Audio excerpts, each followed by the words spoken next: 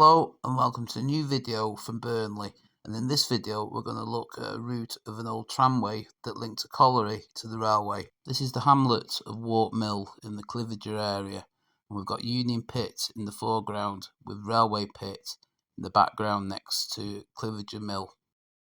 Railway Pit was linked to the Burnley to Todmorden railway line by a tramway also known as a Ginny track, which opened in 1848. At the end of the tramway were coal staves, coke ovens, and a number of sidings. This early map from 1848 shows the site of the pit and the route of the tramway. This information board near the site of the pit tells us that there are still some remains to be seen, and also gives a bit of information about the pit. The site of Railway Pit is right on the main Burnley to Todmorden road, and amongst some of the relics we've got the old pit offices, but most interestingly the old engine house. There was presumably a steam engine in here which used to provide power for the tramway, which used to tow with an endless chain the coal tubs up to the railway line. The coal tubs used to travel underneath the road at this point, coming out in this embankment that we stood on top of now, following the line of the tramway straight ahead of us past the old mill. Well, that's the engine house, and there's reportedly a tramway that ran down to the railway line. It looks like it's a footpath today. On with the explore, and we're looking now towards the engine house and where the coal tubs used to come from underground. This is the track bed of the tramway looking towards the railway line. We're stood on a bridge where the River Calder passes underneath.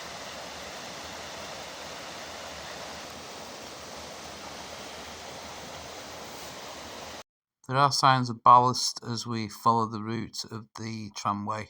In this old image of another Burnley pit, we can see an example of the wagons that would have used the tramway, and also some of the mechanism that was probably in the engine house. The route of the tramway can be easily followed for some distance following this footpath, however we do have to deviate off it shortly.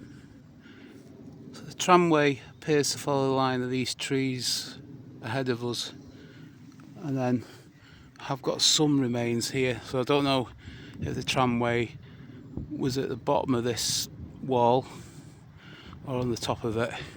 There is a suggestion that part of the tramway could have been infilled with rubble from some nearby demolished cottages. So I've just come to the top of the wall. I think this is the track bed of the tramway now, but unfortunately there's no further access. It just led up to the railway line from Burnley to Todmorden. There's a little bit of the track bed in there. The tramway continued through these trees a short distance up to the railway line, to the point where the coke ovens and coal staves and sidings were once. This 1950s map, which shows the tramway after closure, just shows some of the detail that was along the line. You can see the engine house at the end, the weir where the River Calder was. There's also bits of embankment and a footbridge, and also a tunnel towards the end of the line. So just going back to where we started the video, there is another interesting feature just to show you, and that's this narrow cobblestone footpath that leads up to where the shafts were for the railway pit, so was access for the miners. Railway Pit was first sunk in 1840 with the tramway opening in 1848, and the pit would survive until 1938. It was also one of three owned by the Cliviger Coal Company, including the nearby Copy Pit and Union Pit. Just a short distance from the top of the cobble path, we get another look at the pit office and the engine house. Access into the mine was through two sloping drifts that were located somewhere in this area, and you can just see the sort of countryside that's around the site where the pit was.